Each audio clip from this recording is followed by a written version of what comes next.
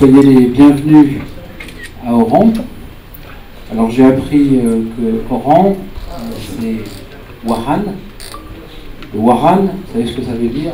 La plupart, tout le monde se marre parce que mais non, moi je ne savais pas. Wahan, ça veut dire les deux lions. Les deux lions. Et vous savez combien le lion a une symbolique très forte pour le groupe PSA. Donc pour cette opération donc, de lancement de notre chantier de l'usine de Tafraoui, mais déjà aujourd'hui, au sein de la PSA Academy, on est déjà implanté à Oran, et pour l'ouverture de cette convention fournisseur.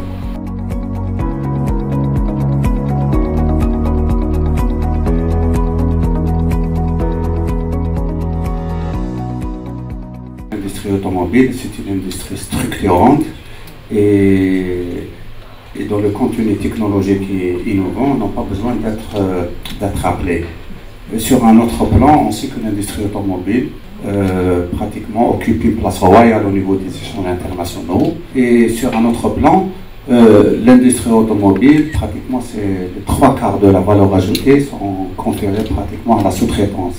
C'est-à-dire que l'industrie automobile, c'est la référence en matière de sous-traitance par rapport à toutes les autres activités industrielles. Quand bien même c'est une activité naissante qu'il y a lieu de promouvoir. Et à ce titre-là, les pouvoirs publics ont mis en place de nombreux encouragements, d'incitations et de cadres pour promouvoir cette activité. Et j'espère que les entretiens entre les partenaires, les équipementiers et les sous-traitants locaux seront très bénéfiques. Et je vous confirme que l'État pratiquement considère que cette industrie automobile est au premier rang, la sous-traitance occupe une priorité et que l'État ne manquerait pas de mobiliser tous les moyens et apporter tout le soutien à cette activité. Et je pense que la présence de Peugeot, un constructeur dont la renommée n'est pas à rappeler, est un signe que les prémices de la réussite des projets sont là.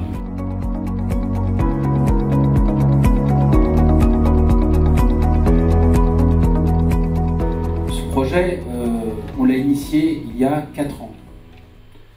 J'étais là il y a 4 ans pour initier ce projet-là. Et il nous a fallu de la résilience et de la patience. Mais aujourd'hui, c'est très symbolique pour nous.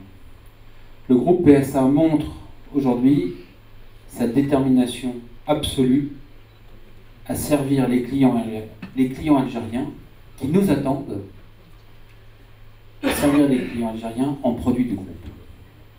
C'est aussi une marque de confiance dans ce pays. Nous croyons, PSA, fermement que nous arriverons à construire en Algérie un écosystème automobile performant et pérenne. Nous sommes absolument convaincus qu'avec la résilience, la patience dont nous faisons preuve, nous serons en mesure de construire cet écosystème autonome. Donc le projet PSA en Algérie. Bon, l'Algérie, c'est une population très jeune, vous le voyez dans les rues, c'est une population très jeune. C'est évidemment, tout le monde le sait, une grande puissance pétrolière, 5e producteur mondial de gaz, 4e exportateur, 13e producteur mondial de pétrole, 9e exportateur. C'est clair que l'économie algérienne repose encore sur les activités pétrolières, mais avec une volonté farouche de ce pays de se diversifier et de développer d'autres industries. Alors, Peugeot, c'est quelque chose en Algérie. C'est quelque chose en Algérie, Peugeot. Ça fait un siècle qu'on est en Algérie. Et c'est la voiture de l'Algérie. Et elle vibre, la marque Peugeot vibre dans le cœur des Algériens. Mais la marque Citroën aussi est ici depuis longtemps. Hein. C'est la déesse du président et c'est une marque aussi qui compte dans le paysage automobile algérien. Nous avons toute notre légitimité ici. Et je peux vous dire, au travers de notre filiale commerciale et des contacts, combien nous avons des clients passionnés pour nos marques. Et nous avons dans ce pays un réseau qui est l'un des plus gros réseaux automobiles. On a un projet qui à beaucoup de points de vue ressemble au projet de Renault, avec le strict respect de la réglementation algérienne, j'y reviendrai. Il y a un cadre très précis qui a été fixé sur l'assemblage automobile. Le projet de PSA est en conformité totale à cette réglementation. Le marché est fermé depuis 2017 et donc l'avenir de l'automobile en Algérie sera sous cette forme-là. Le marché algérien est notre place dans ce marché. On sera probablement, je pense, sur cette année plutôt à 150 000. Je pense que le marché est en train, avec la mise en place du contrôle des importations, en train de se restreindre. On sera peut-être à 150 000. La part de marché du groupe PSA, c'est 20%. Notre place naturelle, c'est 20%. L'existence de l'assemblage automobile en Algérie exige l'intégration locale. Le contenu local est une exigence et la condition de la pérennité de notre projet en Algérie. Donc, ce n'est pas quelque chose qu'on peut traiter de manière différenciée. Notre projet doit comprendre un volet contenu local. Et l'export de nos composants vers les pôles industriels européens, on sait très bien, l'Algérie, la péninsule ibérique, elle est juste en face de l'Algérie, et c'est une base naturelle donc, pour aller se projeter en Europe. Le taux d'emploi, ce que l'on prévoit, nous permettra d'être conforme à la réglementation. Alors, les atouts du pays, c'est son coût main-d'œuvre, il n'y a pas de doute. Vous avez ici les chiffres. Cette main-d'œuvre et cette compétitivité de la main-d'œuvre permet de se battre avec la plupart des pays, en particulier autour du pourtour méditerranéen, mais au-delà. La performance intrinsèque est là. Un coût de l'énergie qui est extrêmement compétitif, c'est une part non négligeable de la structure de coût. Le coût de l'énergie est très compétitif et permet de bâtir les éléments de performance. Des avantages fiscaux, M.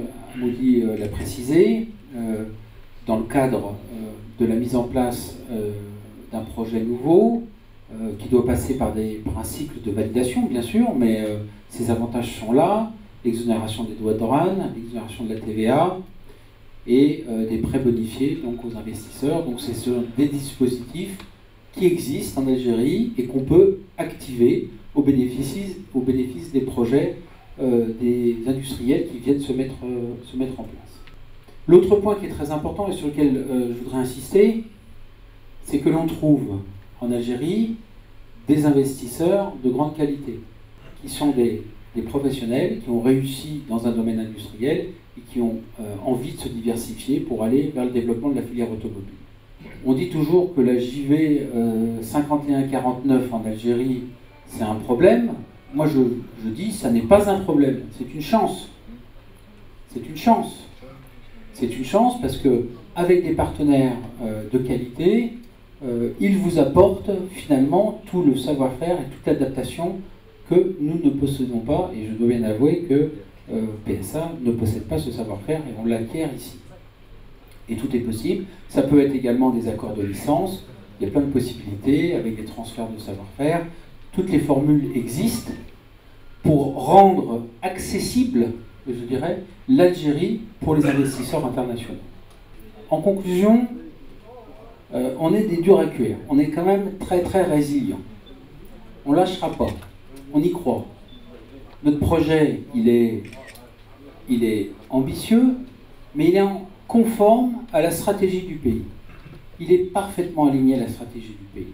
Alors, on ne pourra pas réussir seul. Vous avez vu, c'est une exigence consubstantielle à notre projet, c'est qu'il faut qu'on soit accompagné avec des industriels qui ont envie de nous accompagner dans ce projet, pour développer ce tissu compétitif et de qualité. C'est la condition de notre pérennité. L'industrie automobile est une priorité nationale, ça a été rappelé. Il y a des schémas possibles, je vous l'ai dit, qui permettent de partager le risque et de partager les investissements. Il y a des incitations. Donc, même si les choses, je lis la presse comme vous, si les choses peuvent paraître complexes aujourd'hui, peut-être qu'elles le sont un peu, nous, on raisonne dans la durée, et nous sommes déterminés à jouer notre rôle dans ce pays, à devenir un acteur majeur dans l'automobile et accompagner l'Algérie dans le développement de son industrie automobile. Ça va aller très vite, vous allez voir, puisque le premier bâtiment, qui sera le bâtiment de montage, va être mis à disposition des équipes process qui vont installer les moyens de fabrication à partir de début novembre cette année, pour permettre la fabrication des premiers véhicules qu'on appelle pré-série en ligne à partir de janvier. Viendra ensuite une phase de, ce qu'on appelle la phase de convergence qualité, qui s'appuiera sur les productions réalisées dans ces phases pré-série et qui nous permettent d'envisager sereinement une montée en cadence à partir de mars, conforme à nos engagements qui sont de lancer industriellement cette usine sur le courant du premier semestre. Aujourd'hui, nous sommes animés sur un planning ambitieux et tout est au vert aujourd'hui concernant les différentes étapes préliminaires. Alors le taux d'intégration, M. Camara vous a affranchi de la formule, je vais le faire aussi, simplement pour rappeler que dans la formule du taux d'intégration locale, nous avons trois termes, 3 points importants qu'on ferme et qui sont bien expliqués dans le nouveau cahier des charges de 2017 pour les constructeurs automobiles. Le premier terme A correspond finalement au pourcentage de valeur produite en local par rapport à l'ensemble de la valeur des produits montés sur les voitures. Le deuxième, nous en avons parlé tout à l'heure, c'est un indicateur, et c'est un terme contractuel également, concernant l'exportation. Donc on traduit par ce deuxième terme notre niveau d'exportation. Et enfin, le troisième terme, c'est le nombre d'emplois directs créés par nos équipementiers, par nos sous-traitants. Alors, sachez que dès avril 2019, nous avions la certitude, et se confirme aujourd'hui, d'atteindre les 15% d'intégration locale, qui est la somme de ces 3 vecteurs, dès la 3e année. Donc ça va se faire crescendo, une montée en puissance qui convergera à 15% sur les 3 années, comme convenu et comme on s'est engagé auprès de l'État algérien. Les retombées sur l'emploi, 850 emplois directs au sein de PCPA. Pour votre information, nous sommes aujourd'hui 56 personnes travaillent à PCPA, 200 personnes fin 2019.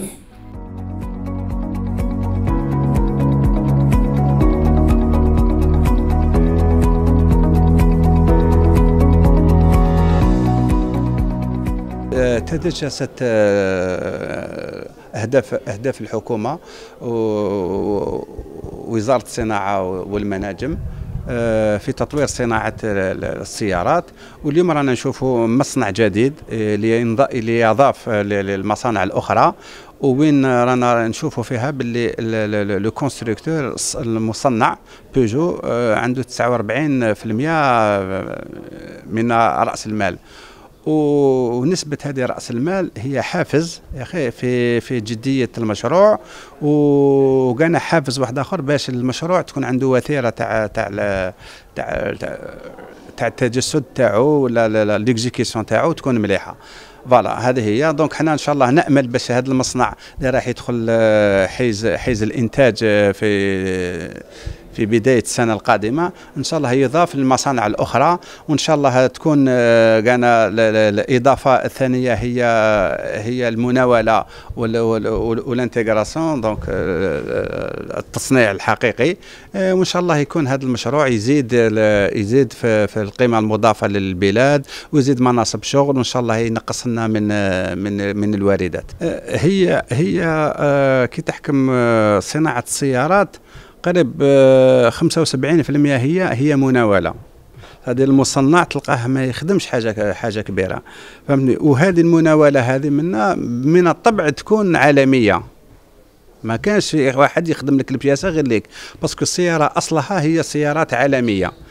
دونك حنا واش قلنا باللي المصنع هذا كيجيب الشركاء تاعو من لهيه، هما رايحين يديروا شراكه مع الجزائريين باش يصنعوا الاخرين، وحنا عطينا لهم تحفيز في دفتر الشروط باللي المناوله نحتسبوها بليطو التصدير كي تصدر نحسبوها حنا اسمها كلي هي راهي ايكيفالونت للانتيغراسيون.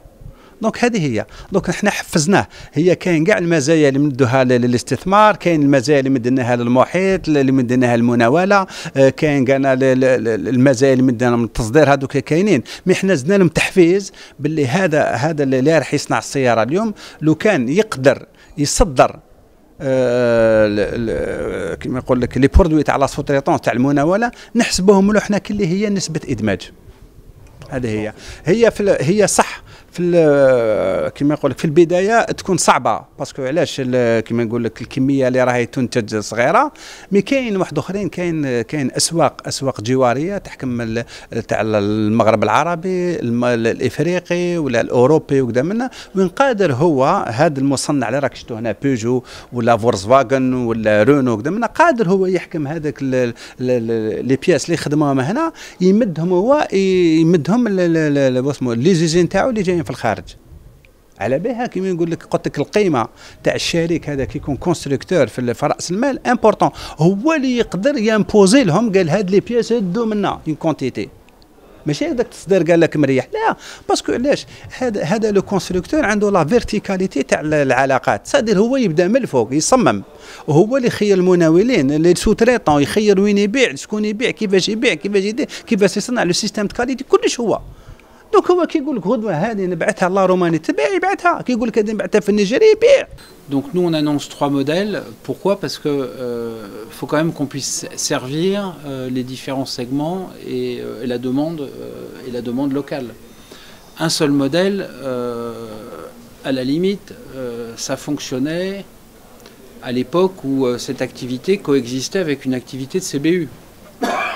Où on pouvait avoir une production locale qui coexiste avec une production importée. L'équation a changé, et ça c'était l'équation à l'époque avant la fermeture du marché. Maintenant l'équation a changé. L'équation a changé où maintenant le marché se refermant. Donc notre engagement c'est de produire 3 modèles avec le niveau, donc en SKD, avec le niveau de localisation en moyenne qui va bien. Donc il faut bien 3 modèles pour servir le marché. C'est clair qu'on va avoir un souci qui est que le consommateur algérien, avec les activités des autres compétiteurs, on leur a mis 12-15 modèles. Donc le consommateur algérien, il se dit mais il n'y a pas de raison, je peux tout avoir. Il peut tout avoir, mais pas avec la localisation. Bon, donc on est vraiment dans cette situation-là, où le marché a ses caractéristiques, mais il faut, dans un premier temps, à notre avis, au moins 3 modèles pour pouvoir servir tous les besoins des clients. Donc c'est notre choix aujourd'hui. Après, on s'adaptera aux évolutions de la réglementation s'il y en a. Mais on va s'y prendre dans l'ordre, hein. On va pas tout faire de front parce que ça va être compliqué. Le soir d'Algérie, vous avez fait le tour de toutes les données concernant le projet PCPA, mais vous n'avez pas abordé l'aspect financier. Est-ce qu'il y a eu un changement avec l'intégration du ferrage? Est-ce que c'est le même montant? Non, les grandes données du projet n'ont pas bougé. En fait, notre projet, on l'a conçu il y a 4 ans. À l'époque, on avait travaillé, y compris avec le ministère de l'Industrie, et on était pratiquement en parallèle de l'élaboration du cahier des charges. Et le projet qu'on propose aujourd'hui, il est conforme à la réglementation cahier des charges automobiles. Donc il n'a pas bougé, il a été retardé, mais dans ses fondamentaux, il n'a pas bougé le projet. C'est le même. C'est le même montant, c'est le même projet. Les dates se sont déplacées, mais on parle de la même chose. Les véhicules ont changé. Les véhicules ont changé. Non, on ne vous les donnera pas parce que j'ai appris à être prudent. Ils ont vécu, comme vous et nous, tous les retards. À un moment, ils ont dit c'est bien gentil, PSA en Algérie. Quand est-ce que vous démarrez? Parce que donc vous dire que certains de nos fournisseurs ont perdu patience, ont perdu la foi, ça c'est vrai. Hein. Donc l'objet de cette convention, c'est de dire, on est là, on trace notre voie, plus rien peut nous dérailler, maintenant il faut y aller. C'est ça l'objet. Parmi toutes les choses qu'on a envisagées, il y a des choses qui vont se passer, qui vont se produire. Certains, et ça c'est la vérité, on a des partenaires qui ont perdu patience. Oui, il y a des partenaires qui ont perdu patience. Donc aujourd'hui, il faut les remobiliser et leur dire, voyez, ce projet, il va se faire. On a des actionnaires qui ont eu la même patience qu'on a eu. Donc c'est une grande force, c'est une grande chance. Ça veut dire que quand nous avons fait notre choix, notre sélection de partenaires, on a fait les bons choix. On a fait les bons choix. En tout cas, c'est notre sentiment. Donc ils ont eu la résilience aussi et la patience de nous accompagner jusque là aujourd'hui.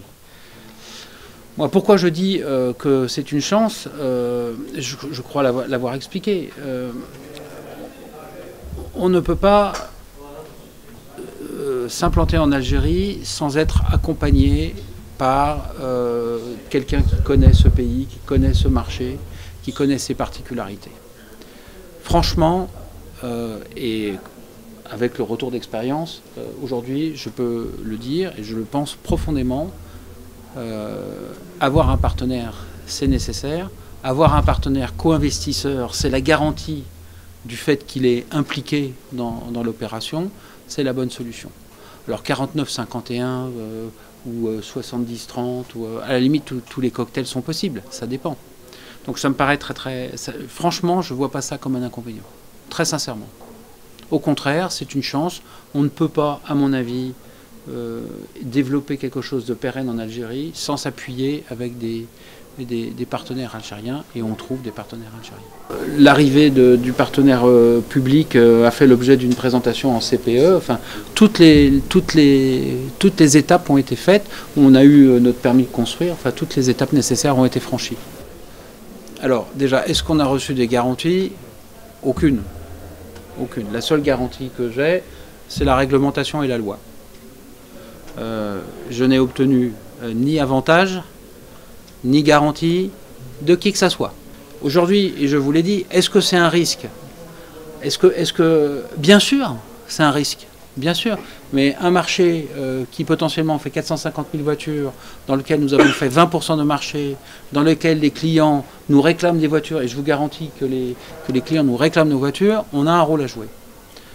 Et on joue ce rôle. Est-ce qu'on a peur? On a peur de rien. On a peur de rien. Les choses ne sont pas définitives dans ce domaine-là, mais effectivement, elles laissent apparaître des opportunités. Mais aussi des incertitudes, encore. Donc, est-ce que c'est le bon potentiel? Je ne sais pas. Mais on saura s'adapter si c'est nécessaire. On saura s'adapter si c'est nécessaire. S'il faut aller plus loin, on ira plus loin. Mais aujourd'hui, et puis, notre projet, il est prêt. Je veux dire, là, on déroule. On n'a pas d'éléments, je dirais, pour bouger dans un sens ou un autre. Mais je suis d'accord, il y a des opportunités qui peuvent se faire, je vous crois.